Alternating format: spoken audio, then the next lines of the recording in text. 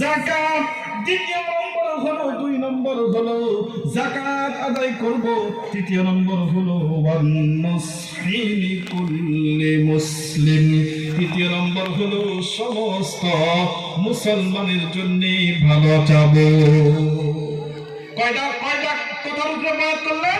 3টা কথা। 1 নম্বর হলো নামাজ কায়েম করবে, দ্বিতীয় নম্বর হলো যাকাত আদায় করবে, তৃতীয় নম্বর হলো সমস্ত মুসলমানের সাথে ভালো ব্যবহার করবে, সমস্ত ভালো মুসলমানের ভালোটা চাবে।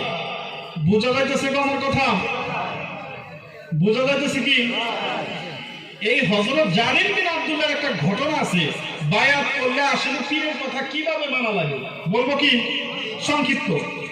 হযরত জারির বিন আব্দুল্লাহ একদিন তার গোলামকে বললেন, ও গোলাম, আমার জন্য এই যে 300 দিনার যা আছে, এই 300 টাকা তুমি কি করো? এই 300 টাকা তুমি নিয়ে যাও, নিয়ে যাওয়ার পরে আমার জন্য একটা ঘোড়া কিনে নাও। গোলাম গেলেন বাজারের মধ্যে, ঘোড়া কিনতে চলে গেলেন। চলে যাওয়ার পরে বাজারে যায় ঘোড়া দেখলেন। ঘোড়া দেখার পরে ঘোড়ার মালিক যিনি ছিলেন তিনাকে নিয়ে সাথে নিয়ে রাসূল আকরাম সাল্লাল্লাহু আলাইহি সাল্লামের নিকটবর্তী আসলেন। আস্তাগফিরুল্লাহ।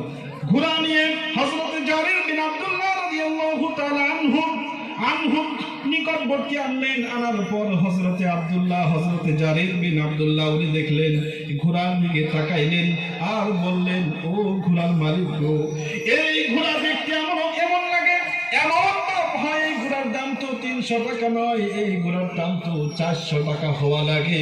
গতিকে আমি তোমাকে যদি 400 টাকা দিই তাহলে ঘোড়া বিক্রি করবা না? নাই? তখন মালিক বললেন, হ্যাঁ অবশ্যই করবো, খুশির সাথে 100 টাকা বেশি পাইলাম।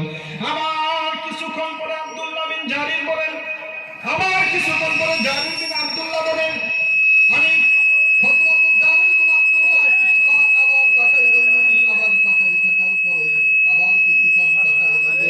তাকাই থাকার পরে তাকাই পরে বললেন কিছুক্ষণের মধ্যে, ও ঘোড়ার মালিক গো, ও ঘোড়ার মালিক, ও ঘোড়ার মালিক, ও ঘোড়ার মালিক, তোমাকে আমি 400 টাকা নয়, আমি তোমাকে 500 টাকা দিয়ে দিব, তাও তুমি ঘোড়াটা দিবে না? নাই? তারপরে ঘোড়ার মালিককে বলছে, অবশ্যই দিব না কেন?